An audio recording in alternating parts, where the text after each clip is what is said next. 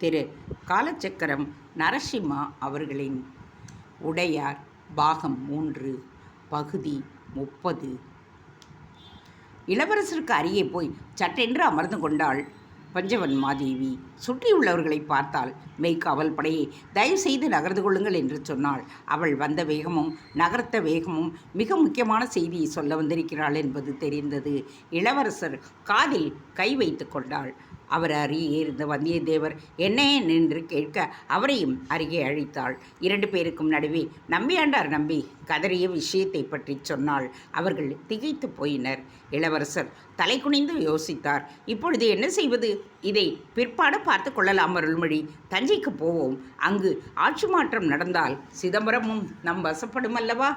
இல்லை, ஆட்சி மாற்றம் எப்பொழுது வேண்டுமானாலும் செய்து கொள்ளலாம்.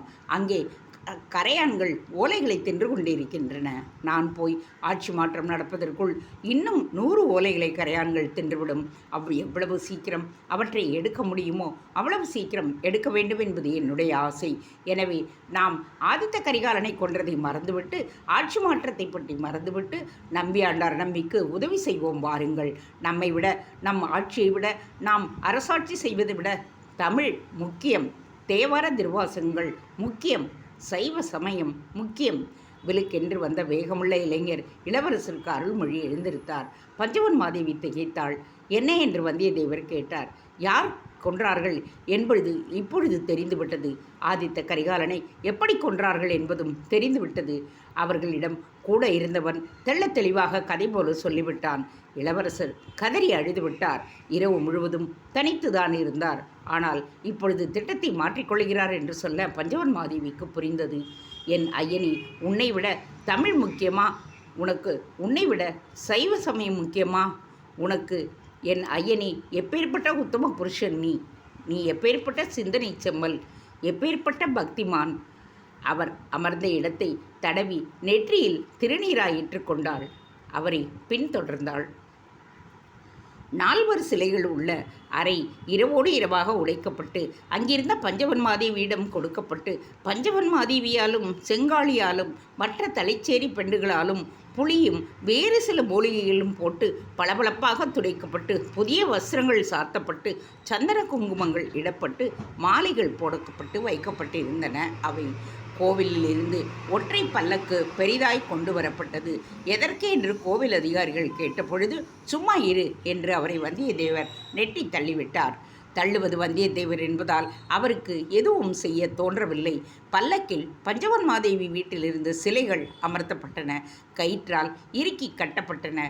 மெய்க்காவல் வீரர்கள் வேட்டியை மடித்து தோள் கொடுத்தார்கள். வேறு சில வீரர்கள் குடியானவர்கள் போல சுற்றி கொண்டார்கள்.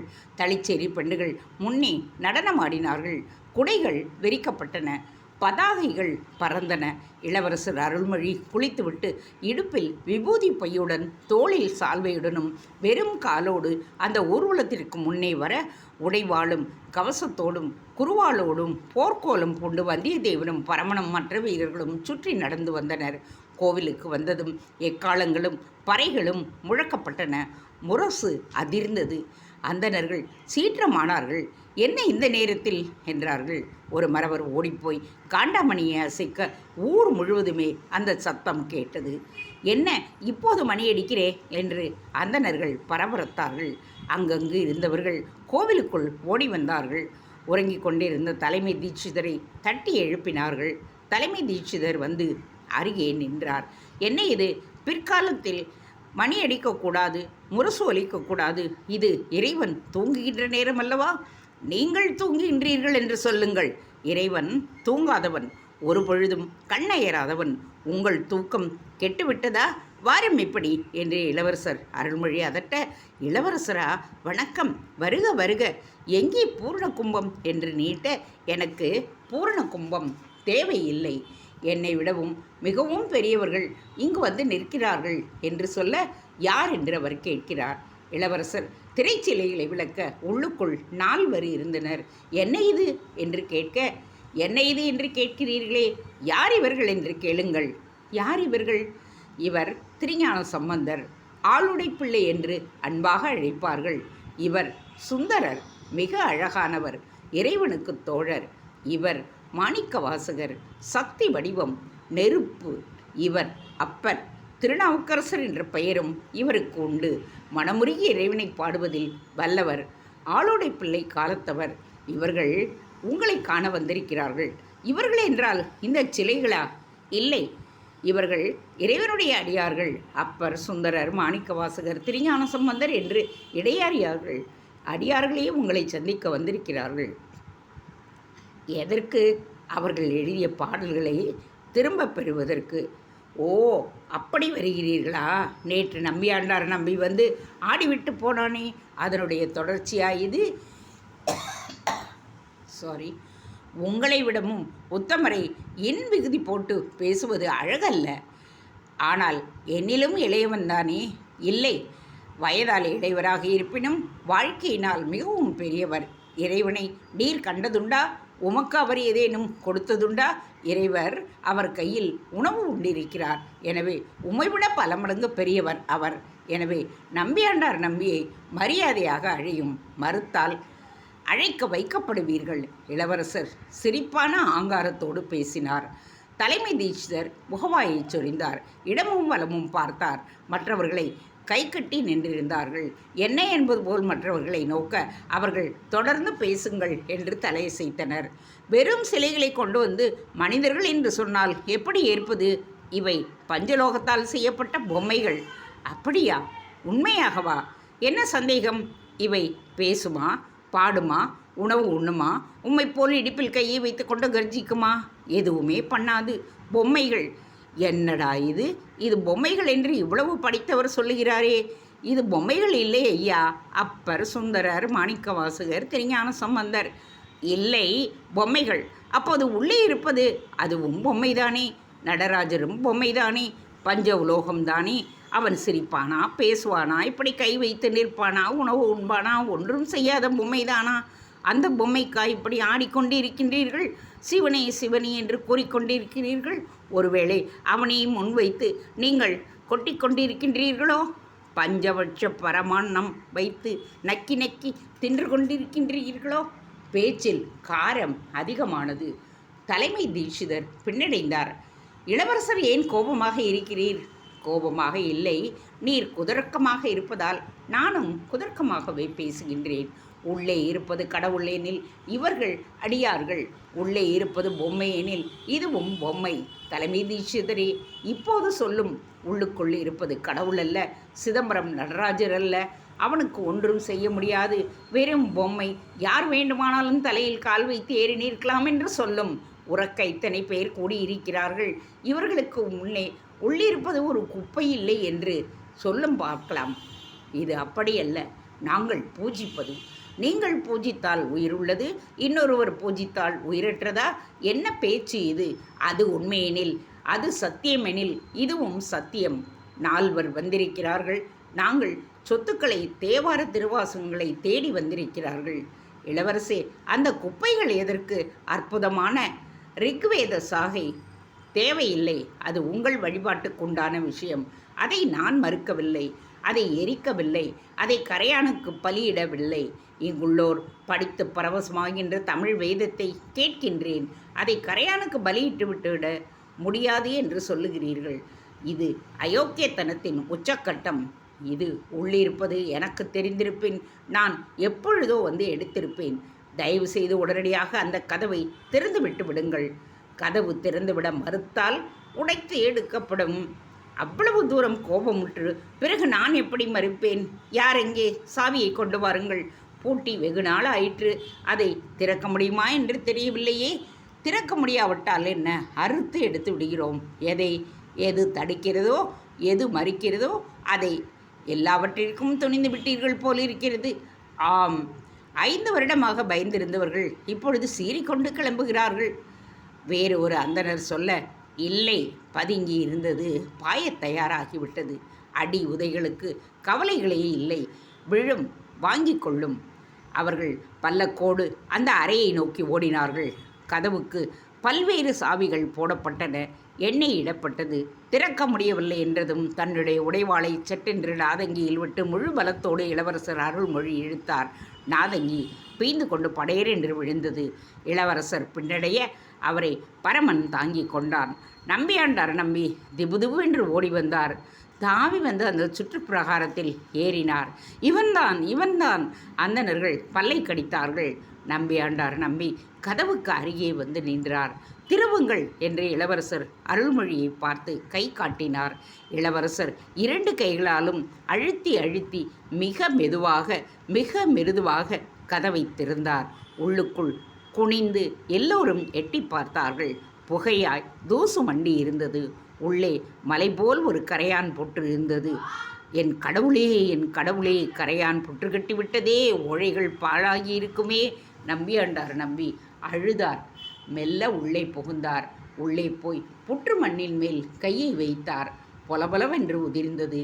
இன்னும் தள்ளினார். பல ஓலைகள் அப்படியே பொடித்து விழுந்தன. இன்னும் தள்ளினார். பல ஓலைகள் பொடித்து விழுந்தன. அவர் நெஞ்சை பிடித்து கொண்டு உட்கார்ந்து விட்டார். நான் இனிமேல் கை வைக்க மாட்டேன். இருப்பதையும் நானே கலைத்து விடுவேனோ என்று பயமாக இருக்கின்றது. என்ன செய்தால் சரியாக வரும்? இளவரசர் பரபரத்தார். எண்ணெய் விட வேண்டும், நிறைய தைலம் விட வேண்டும். தைலம் விட்டு புற்றை மெல்ல கரைக்க வேண்டும் என்று சொல்ல பரமன் உள்ளே ஓடினான். மடப்பள்ளிக்கு போய் 2 அண்டாக்கள் தைலத்தை தூக்கி கொண்டு வந்தான். யாரோ தடுத்தார்கள். வந்தியத்தேவர் உள்ளே போய் தடுத்தான். அவன் முகத்தில் அறைந்தார். தடுத்தவன் சுருண்டு விழுந்தான். அவரும் ஒரு கைப்பானையை தூக்கி கொண்டார். சிறு சொம்புகள் மெய்க்காவல் வீரர்கள் கொண்டு வந்து கொடுத்தார்கள். தைலப்பானை உள்ளே போயிற்று. மெல்ல சொம்பில் தைலத்தை வார்த்து புற்றின் மீது நிதானமாக நம்பியாண்டார் நம்பி ஊட்டினார். அந்தணர்கள் வெளியே குவிந்தார்கள். சில பேரின் கையில் வாளும் வேலும் மின்னின. யாரோ உரத்த குரலில் கர்ஜித்தார்கள். என்ன திமிர்! எங்களுடைய இடத்திற்கு வந்து யார் இந்த அதிகாரத்தை செய்வது என்று ஒரு அந்தணர் சொல்ல இளவரசர் வாளை உருவி வெளியே வந்தார். வெட்டி வீழ்த்துவேன், எவன்டா அது, வா என்று கீழே இறங்கினார். அந்தணரை கொல்லுவது பாவம். கடிக்க வருவது பாம்பாக இருந்தால் விட்டுவிடுமா? நசுக்கி கொல்லுமோ? முட்ட வருவது ரிஷபமாக இருந்தால் விட்டு விடுவோமா? கழுத்தில் அறைந்து நிற்க வைப்போம். அதுபோல கலைந்து போங்கள் உத்தரவிட்டார். அந்தணர்கள் கலைந்தனர். 3 அந்தணர்கள் குதிரை ஏறி தஞ்சையை நோக்கி பயணமானார்கள். அன்று இரவு முழுவதும் தைல காப்பு நடந்தது. பிறகு மெல்ல ஒரு ஓலையை உருவி விரலால் வழித்து நம்பியாண்டார் நம்பி படிக்கத் துவங்கினார். அரியானை அந்தணர்தம் சிந்தனை ஆணை, அருமறையின் அகத்தானை, அணுவை யாருக்கும் தெரியாத தத்துவனை, தேனை பாலை திகழொளியை தேவரதம் கோனை, மற்றைக்கு அரியானை நான்முகனை, கனவை காற்றை கனை கடலை, குலவரை கலந்து நின்ற பெரியானை, பெரும்பற்ற புலியூரானை, பேசாத நாளெல்லாம் பிறவா நாளே. புரிந்தவர்கள் கண்களில் ஜலம் வழியே நின்றார்கள். கை கூப்பினார்கள். இளவரசரின் மனம் கரைந்தது. அவன் விடியலில் தன் சிறு படையோடும் பஞ்சவன்மாதேவியோடும் செங்காளியோடும் தான் மீட்டு வந்த கைதியோடும் பயணமானார். அவர் காப்பாற்றிய தமிழும் சைவ சமயமும் அவர் பின்னேயே தொடர்ந்து வந்தன. இளவரசர் அருள்மொழியை உயர்த்துவோம் என்று வாழ்த்தின. பஞ்சவன்மாதேவிக்கு மிக அருகே தலையணியை உயர்த்தி பட்டு அதை மேலே போட்டு அதன் மீது உள்ளங்கையை வைத்து கொண்டு பார்த்தபடியே சக்கரவர்த்தி உடையார் ஸ்ரீ ராஜராஜ தேவர் சந்தோஷமாக பேசி கொண்டிருந்தார்.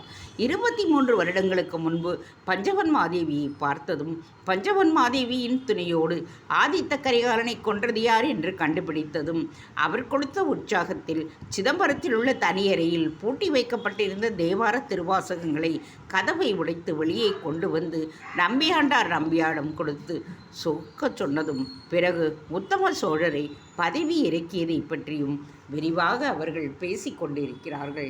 ஞாபகம் இருக்கிறதா என்று கேட்டு பல விஷயங்களை அவர் சொல்ல, அவர் மறந்த விஷயங்களை பஞ்சவன்மாதேவி எடுத்து கொடுக்க பழைய நினைவுகளில் 2 பேரும் திளைத்து கிடந்தார்கள். பெரும் படையோடு நான் தஞ்சையை நோக்கி வருகின்றேன் என்று தெரிந்ததும் உத்தம சோழனை காக்க வேண்டி அந்த 2 பிரம்மராயர்களும் குதிரை ஏறி தப்பித்து வேறு வழியாக உடையார்குடிக்கு போய்விட்டார்கள். உடையார்குடியில் உள்ள அந்தன வீரர்களையும் கீழே சாளுக்கியத்தில் உள்ள வீரர்களையும் ஒன்றாக்கி என்னை தாக்கலாம் என்று திட்டமிட்டார்கள். அரசர் வீட்டில் இருக்கின்ற சிற்றப்பனான உத்தம சோழனை பார்த்து, ஏன் இப்படி செய்து விட்டீர்கள் என்று கேட்க, உத்தம சோழர், நான் ஒன்றும் செய்யவில்லையே என்று சமாதானம் சொல்ல, அப்படியானால் ஆதித்த கரிகாலனை கொன்றது யார் என்று கேட்க, தனக்கு தெரியாது என்று அவர் சொல்ல, சிரித்தபடியே ஆதித்த கரிகாலனை கொன்றது நீ பிரம்மராயராக பதவி கொடுத்து வைத்திருக்கின்ற ரவிதாசனும் பரமேஸ்வரனும் தான் என்று சொல்ல, உத்தம சோழர் அதை மறுக்க, உத்தம சோழருக்கு முன்னேயே அந்த கைதியை நிறுத்தி பேச வைக்க உத்தம சோழர் மயமாக அமர்ந்திருந்தார். சரி, நான் இப்பொழுது பரமேஸ்வரனையும் ரவிதாசனையும் தேடி பிடித்து இந்த சபைக்கு கொண்டு வருகின்றேன். இந்த சபையில் அவர்களை வைத்து உத்தம சோழருக்கும் இதற்கும் சம்பந்தமுண்டா என்று விசாரிக்கின்றேன்.